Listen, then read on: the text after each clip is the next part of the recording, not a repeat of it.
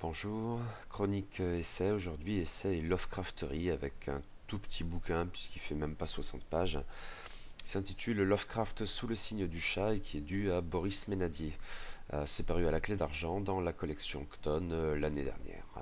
Ainsi que nous le savons, les chats sont les maîtres du monde et les responsables d'un grand complot cryptiquement baptisé Internet, qui n'est jamais qu'une machine de propagande uniquement destinée à perpétuer leur adoration servile pour les siècles des siècles à miaou.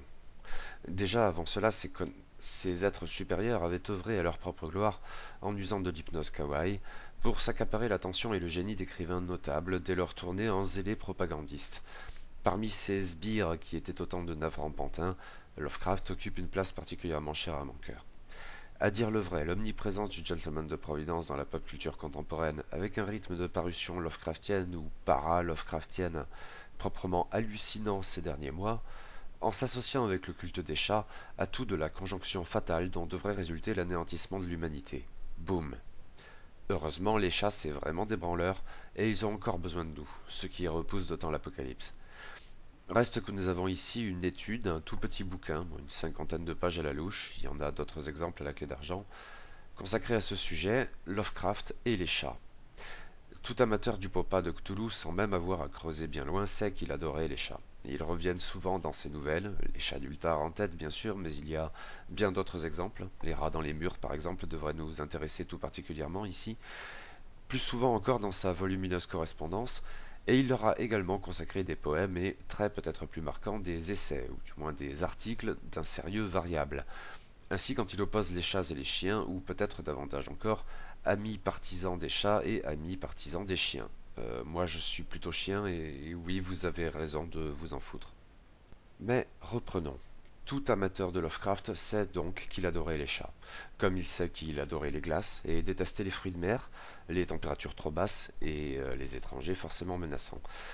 Cela fait d'une certaine manière partie à la fois du personnage, c'est indéniable, et du mythe que l'on a progressivement et commodément construit autour de lui et qui constitue une figure stéréotypée, aisée à reproduire, un pitch idéal de quatrième de couverture et d'articles de la presse généraliste plus ou moins bien informés, et ceux de longue date, voyez A Real Writer in Our Midst. Ce genre d'indication biographique n'est pourtant le plus souvent, oui, dans ma mauvaise blague qui précède, le dernier exemple est une importante exception, pourtant le plus souvent donc que d'une utilité au mieux douteuse pour cerner le personnage. Ces anecdotes, dit autrement, ne sont le plus souvent guère édifiantes et peuvent même s'avérer perverses quand on en dérive un peu trop légèrement des interprétations globalisantes. Par chance, Boris Ménadier, dans ce tout petit ouvrage, a le bon goût de rester humble dans son analyse, en ne prétendant pas expliquer l'œuvre de Lovecraft par sa vie, ou l'inverse, au seul prisme des chats.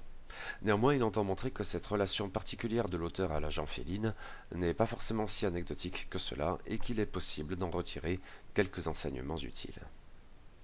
Pour ce faire, Boris Ménadier a recours à la notion de devenir animal, empruntée aux 1000 plateaux de Gilles Deleuze et Félix Guattari.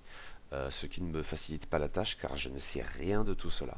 Ça fait au moins 20 ans que plein de gens bien me disent qu'il faut que je lise Deleuze et Guattari, ou Deleuze dans sa carrière solo, ce que non, je n'ai toujours pas fait. Faudra un jour, j'imagine. Définir cette notion du coup n'a rien d'évident pour moi, d'autant que Boris Ménadier ici ne s'y attarde guère. Faut-il dès lors considérer que cette idée devrait être un acquis préalablement à la lecture de cette étude? A contrario, cela m'a surtout fait m'interroger sur la pertinence même de cette notion, prise isolément ou appliquée à Lovecraft. Retenons-en tout de même, très essentiel dans cette étude, l'idée d'une appréhension non anthropomorphe de l'animal, qui seul peut fonder le désir plus ou moins conscient de s'incarner en lui, ou peut-être plus exactement d'en adopter les attributs, irrémédiablement non humains.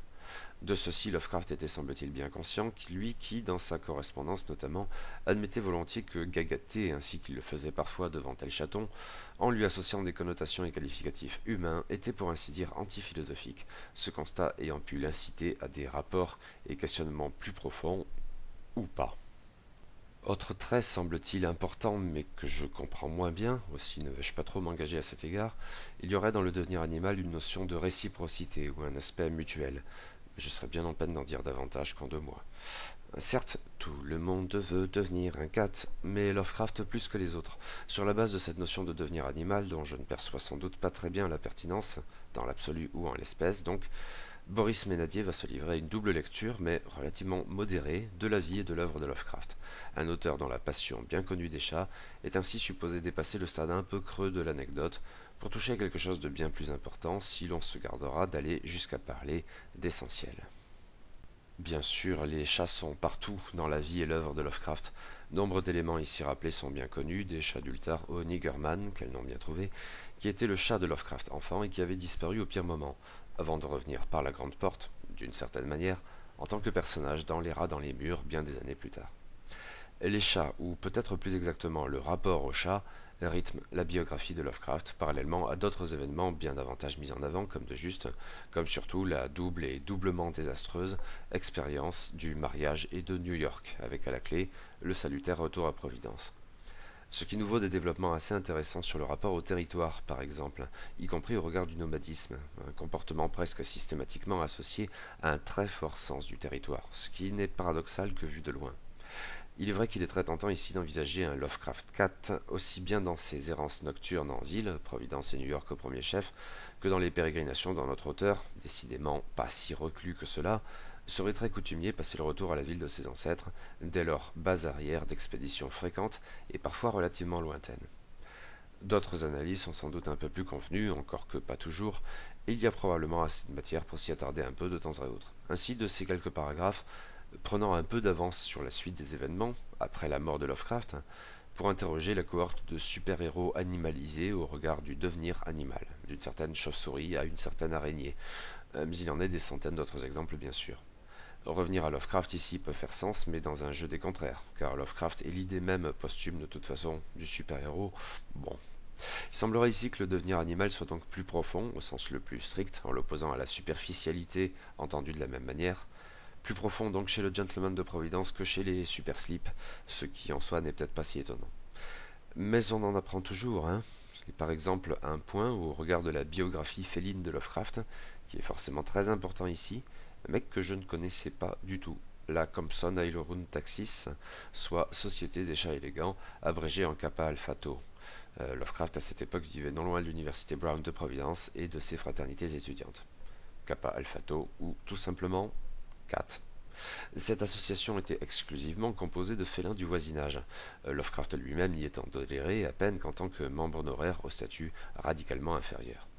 Ces lettres des années 1930 formaient, semble-t-il, d'allusions aux plus éminents membres de ce club, avec une emphase caractéristique qui, là encore, n'exclut jamais totalement la tendresse, voire la gagaterie. Cette correspondance même tardive ne manque par ailleurs pas d'allusions à l'œuvre antérieure de l'auteur. Quand tel chat qui s'était longtemps absenté se manifeste de nouveau, Lovecraft saisit sa plume, extatique, des nouvelles d'Ultar. En même temps, la fraternité Kappa Alpha Tau permet de prendre toute la mesure du devenir félin de Lovecraft.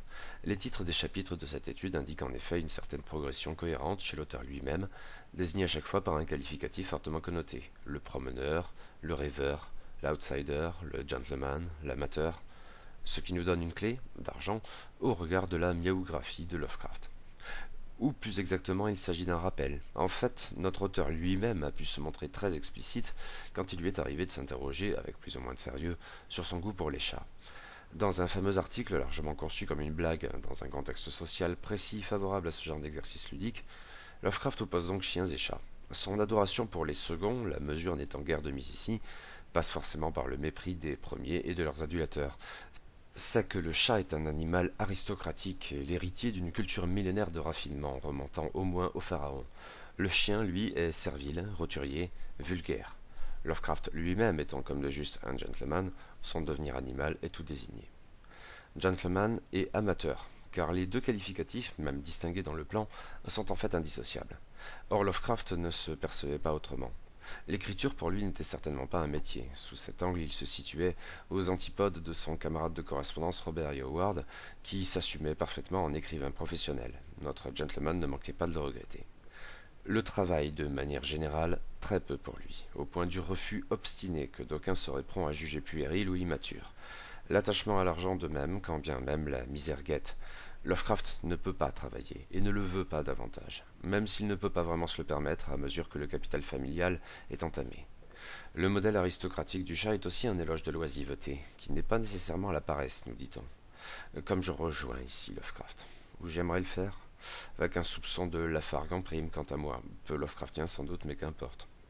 Cette tendance à l'oisiveté qui témoigne en même temps et peut-être avant tout d'une lutte acharnée contre le temps, pour en obtenir les précieuses heures dévolues à ceux qui comptent vraiment, lire, écrire, voir les amis, voyager, s'accorde par ailleurs très bien à la philosophie matérialiste de Lovecraft, Boris Ménadier remontant aux sources épicuriennes. Mais le point essentiel et souligné est probablement le rejet de ce que Max Weber avait analysé dans l'éthique protestante et l'esprit du capitalisme, car rien ne saurait être davantage étranger à Lovecraft. Citons-le dans La quête d'Iranon, passage repris dans le présent petit volume, page 42, dans une traduction de Paul Pérez. Tout le monde doit travailler à Télote, répondit l'archonte. Ici, c'est la loi. Pourquoi travaillez-vous répliqua Iranon. N'est-ce pas pour vivre et être heureux? Et si vous ne travaillez que pour travailler davantage, quand trouverez-vous le bonheur? Tu es un curieux jeune homme et je n'aime ni ton visage ni ta voix. Les paroles que tu prononces sont des blasphèmes, car les dieux de Télote ont dit que le travail était bon. Nos dieux nous ont promis un paradis de lumière. Après la mort, nous connaîtrons le repos éternel et une froideur de cristal où personne ne tourmentera son esprit avec la pensée ou ses yeux avec la beauté. Confirmation, les chats c'est vraiment des branleurs. Et ils ont bien raison. L'analyse globalement très mesurée de Boris Ménadier se risque dans les dernières pages à avancer des choses peut-être moins bien assises, si pas inintéressantes. Par ailleurs, elles font sans doute sens au regard de la notion de devenir animal, mais ne l'ayant pas très bien comprise quant à moi, d'une certaine manière c'était inévitable. Si le devenir animal est notamment caractérisé par l'anti-anthropomorphisme, que l'on peut retourner en altérité, le fait que Lovecraft, dans son œuvre, en prose, mais aussi dans des travaux critiques, comme Épouvante et surnaturel en littérature, se soit autant penché sur la notion d'altérité, avec des créatures résolument aliens, des écologies, des comportements, des langues, etc., qui le sont tout autant, sans même aller jusqu'au prisme ultime de l'indicible, néanmoins toujours envisageable, cela nous incite à des rapprochements bien naturels, mais dont la conclusion ne coule en fait pas de source. Que la réflexion Lovecraftienne sur l'altérité prenant pour base des créatures non anthropomorphes ait pu entretenir une relation complexe, éventuellement en forme de boucle de rétroaction, avec son devenir animal conscient, c'est une chose. Pour autant, Nigerman n'est pas le moins du monde la couleur tombée du ciel, et l'altérité féline n'exclut pas, dans le corpus Lovecraftien, des comportements que l'on pourrait très légitimement juger anthropomorphes. Les chats d'Ultar en sont à vrai dire un exemple particulièrement frappant. Ces créatures non humaines s'y livrent à une très humaine vengeance, qui n'a pas grand-chose à voir, pour ainsi dire rien, avec l'indifférentisme cosmique caractéristique de l'œuvre Lovecraftienne ultérieure, surtout à partir de l'appel de Cthulhu. Mais encore une fois, chercher une cohérence globale dans l'œuvre de Lovecraft est sans doute illusoire. En même temps, les félins aristocratiques et oisifs, ça n'est pas exactement anti-anthropomorphe. Notons enfin que sous la plume de Boris Ménadier, même sans trop forcer le trait, ce questionnement chez Lovecraft permet une réflexion plus globale, dans une perspective écologique dont je ne suis pas bien certain qu'elle soit très pertinente au regard de l'analyse féline de la vie et de l'œuvre de notre auteur. Disons que c'est de manière un peu scolaire l'ouverture qui conclut la conclusion. Car on peut apprécier dans cette brève étude la mesure dont fait généralement preuve l'auteur. Il ne prétend pas tout expliquer, s'il prétend expliquer quoi que ce soit. Son propos est seulement d'envisager la question du rapport au chat de Lovecraft sous un angle qui ne soit pas purement anecdotique. À cet égard, j'imagine que l'étude est plutôt réussie, car, sans révolutionner l'exégèse Lovecraftienne, elle autorise des remarques pertinentes et pas tout aussi convenues qu'elles en ont l'air, ce qui est appréciable.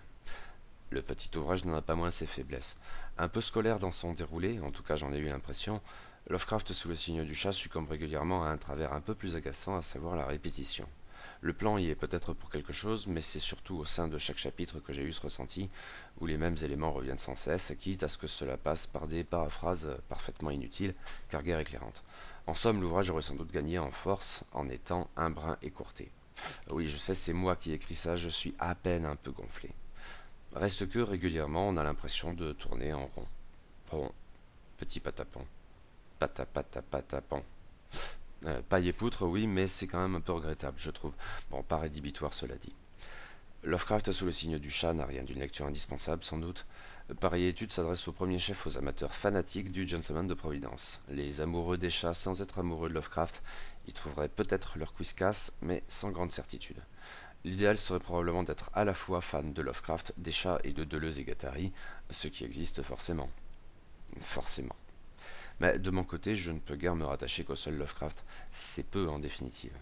Ceci dit, c'est une lecture agréable et j'y ai bien trouvé quelques trucs à creuser. Je suppose que c'est très bien comme ça.